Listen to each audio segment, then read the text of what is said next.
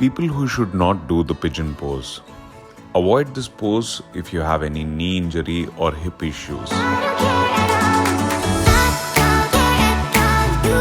You should not feel any stress on the knee while you're performing this pose.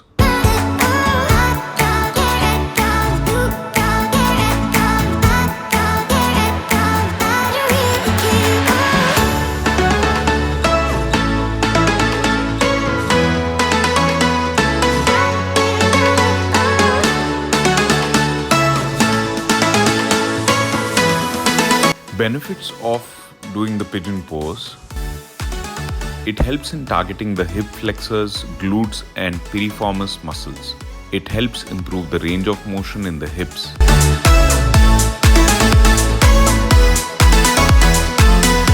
It also helps in strengthening the muscles that support the hips and lower back.